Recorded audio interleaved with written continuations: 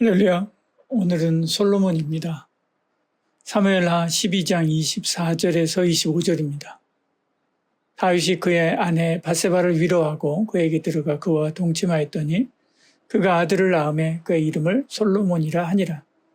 여호와께서 그를 사랑하사 선지자 나단을 보내 그의 이름을 여디디아라 하시니 이는 여호와께서 사랑하셨기 때문이더라. 아멘. 솔로몬은 이름이 둘이지요.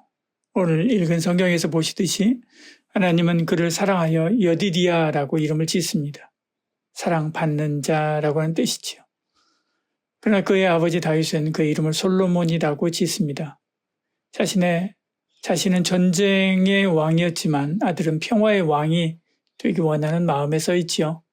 그렇지만 사실은 실상 그 이름도 하나님 아버지께서 다윗에게 준 이름입니다.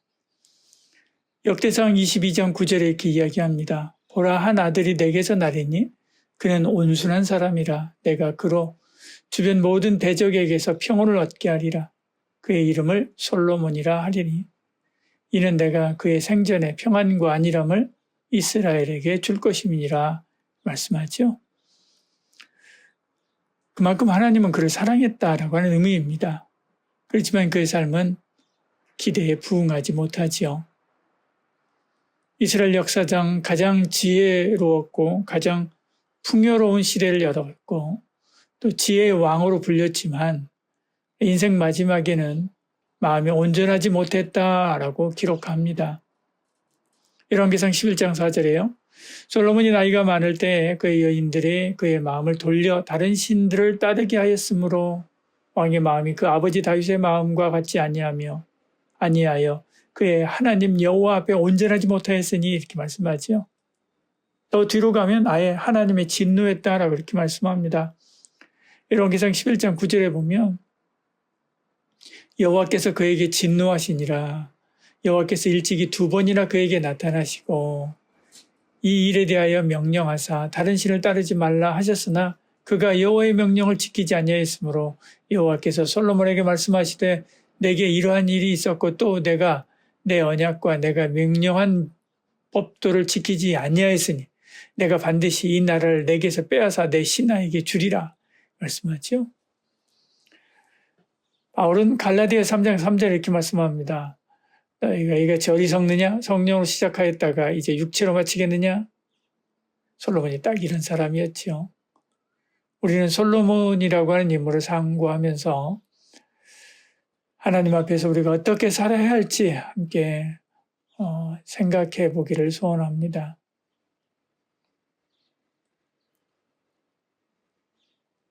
그가 다윗의 뒤를 이어서 왕이 되었을 때 자신은 작은 아이다라고 이렇게 고백합니다. 열왕기상 3장 7절에요. 나의 하나님 여호와여 주께서 종으로 종의 아버지 다윗을 대신하여 왕이 되게 하셨사오니 종은 작은 아이라 출입할 줄 알지 못하고 이렇게 말씀합니다. 그러면 몇 살쯤 됐을까? 다윗의 바세바 사건은 그가 왕이 된 뒤 20년쯤 지나서입니다. 당시 다윗은 50살이었죠. 사건 후에 둘 사이에서 태어난 아이가 죽고 그 다음 솔로몬이 태어나니까 빨라도 약 2년 정도죠. 그렇다면 52살 정도의 솔로몬을 낳았고 이제 70살이 되어서 하나님의 부르심을 받습니다. 그러니까 솔로몬은 18살 전후 정도가 되었을 때 왕이 된 거죠. 성경에 18살 이전에 왕이 된 사람 많습니다. 요아스는 7살에 왕이 되었고 40년을 다스렸습니다. 요시야는 8살에, 므낫세는 12살에 왕이 되었습니다. 사무엘은 왕은 아니었지만 그도 10살에서 한 12살 정도 됐을 때부터 선지자로 온 이스라엘을 다스렸죠. 근데 이 중에 누구도 나는 작은 아이다라고 어린아이다 잘 모른다라고 하면서 하나님 앞에 엄살 부린 사람이 하나도 없습니다. 솔로몬이 이랬다라고 하는 것은 그만큼 겸손했다라고 하는 의미지요. 그는 겸손한 마음으로 지혜를 구했고 하나님은 지혜뿐 아니라 구하지 않은 부와 영광도 함께 주시지요. 신앙은 다른 것이 아닙니다. 나는 작고 하나님은 크신 분이다 라고 하는 인식에서 비롯되죠. 이 차이가 얼마나 큰가에 따라서 그 사람의 경외심과 겸손함은 커집니다. 그 차이만큼 하나님의 은혜로 채우시는 것이죠. 혈기왕성한 나이 18살에 하나님 앞에 무릎 꿇고 엎드린 솔로몬처럼 사시기를 바랍니다. 우리가 100발이 되고 1000살이 되어도 하나님 앞에서는 어린 나이에 불과하지요. 솔로몬은 하나님이 주신 지혜로 나라를 굳건히 세웁니다. 그의 지혜로운 판단으로 민심을 얻었습니다. 학문과 문학, 과학과 외교에 이르기까지 탁월함을 보이지요. 그때는 그의 마음도 바다처럼 넓었습니다. 하나님이 솔로몬에게 지혜와 총명을 심히 많이 주시고 그 넓은 마음을 주시되 바닷가에 모래같이 하시니 말씀합니다. 이 시기에 7년에 걸친 성전 건축을 완성합니다. 성전 봉헌식에서 드린 기도는 하나님의 이름과 영광을 가장 높이 올려드린 것이었지요. 그래서 하나님은 그를 복주시고 그의 영광을 가장 높게 드러나게 합니다. 심지어 아프리카의 스바의 여왕도 그의 지혜를 듣기 위해서 예루살렘을 방문할 정도가 되지요. 하나님을 높이면 하나님도 우리를 높이 세웁니다.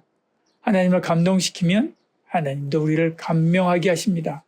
하나님을 기쁘시게 하면 하나님도 우리를 기쁘시게 합니다. 기쁘게 합니다. 이것이 사랑의 관계입니다. 내가 아내에게 잘하면 아내도 내게 잘하죠. 내가 아들들을 기뻐하면 아들들도 기쁘게 하려고 했습니다. 내가 친구를 위해서 헌신하면 그도 내가 어려울 때 힘써 돕지요. 여러분, 하나님의 영광을 나타내십시오. 하나님도 우리를 높은 곳에 세울 것입니다. 하나님의 집을 위해서 헌신하십시오. 하나님도 우리 집을 위해서 헌신할 것입니다. 그렇다고 이것을 주고받는 관계라고 오해해서는 안 됩니다. 주고받는 것이 아닙니다. 내 손은 작고 내가 드린 것은 보잘것없지만 하나님이 내게 주시는 것은 1000배, 10,000배 크고 복된 것이기 때문에 그렇지. 하나님은 우리의 마음을 기쁘게 받으시고 보시고 복 내려 주시는 것입니다.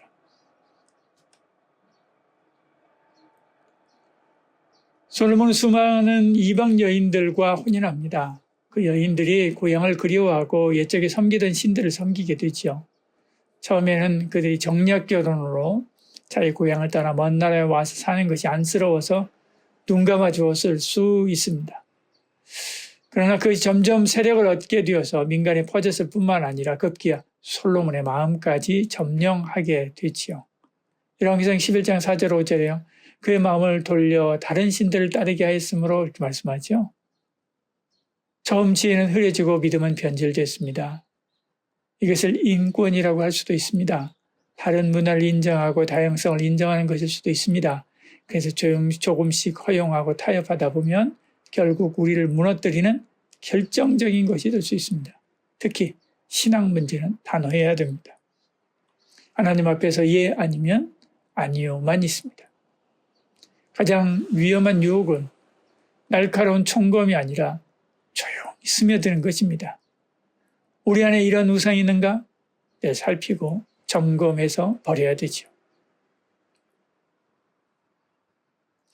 급기 하나님이 화가 나셨습니다. 열왕기상 11장 11절 이렇게 말씀하죠. 솔로몬에게 말씀하시되 내가 이런 일이 있었고 내가 내 언약과 내게 명령한 법도를 지키지 아니하였으니 내가 반드시 이 나라를 빼앗아 내 신하에게 주리라 말씀합니다. 하나님은 왕국의 분열을 선언하고 대적자를 일으키죠. 그러나 다윗과 맺었던 언약 때문에 그의 생전에는 이 일을 시행하지 않습니다. 하나님은 그에게 기회를 주셨죠. 이 말씀 자체가 회개의 기회입니다. 히스기야에게 죽음을 선고한 후 엎드려 기도하자 뜻을 돌이켜 15년이나 더 살게 하셨지요. 지금 이 책망을 받을 때가 기회였습니다. 그런데 그가 회개했다는 기록이 없지요. 아무리 지혜로워도 회개 없는 마지막은 비극입니다. 그는 사랑으로 시작했지만 마지막은 분노의 말씀으로 끝맺습니다. 그러나 저와 여러분의 생애는 하나님의 사랑, 여디디아로 끝맺기를 소원합니다. 기뻐하는 하나님의 품에 안기는 것으로 끝맺기를 소원합니다. 성경은 솔로몬보다 더 크신 예수님이 있다라고 말씀하지요. 사람은 소망이 없습니다. 주님을 봐야 됩니다. 솔로몬은 지혜를 가졌지만 예수님은 지혜 자체이십니다. 솔로몬은 성전을 지었지만 예수님은 친히 성전이 되셨죠. 솔로몬은 실패로 끝났지만 예수님은 십자가 부활로 완성했습니다. 솔로몬은 이방 여인에게 마음을 뺏겼지만 예수님은 수많은 이방인을 살렸습니다. 그러므로 솔로몬이 아니라 예수님을 바라봐야 되지요. 솔로몬의 황금과 성공을 부러워하는 것이 아니라 예수님의 십자가와 그 사랑을 소망해야 됩니다. 그런 저와 여러분들에게 소원합니다. 기도하겠습니다. 주님, 처음의 겸손을 끝까지 지키게 하여 주시옵소서. 지혜를 구하되 순종을 더하게 하여 주시옵소서. 은혜 절정에서 믿음의 중심을 놓치지 않게 하여 주시옵소서. 솔로몬보다 더 크신 주님 안에서 우리의 마음을 새롭게 하여 주시옵소서. 예수님 이름으로 기도드리옵나이다. 아멘. 주님의 부르심 초보를 떠나 완전함으로 오라. 믿음의 터 위에 다시 서서 나의 전부를 주께 드립니다. 구원의 은혜 기억하며 회개와 믿음의 걸음 걷네. 세례의 물과 안수의 손길 내 삶에 임하신 주의 손길 완전한 대로 나아가리. 주의 뜻 안에 머무르리. 하나님 허락하신 길 위에 죽기까지 충성하리.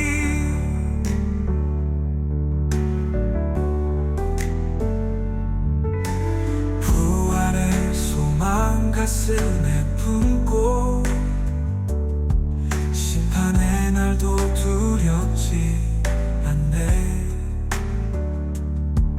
그날을 향해 오늘을 살아 주의 영광 위에 달려가네. 완전한 대로 나아가리. 주의 뜻 안에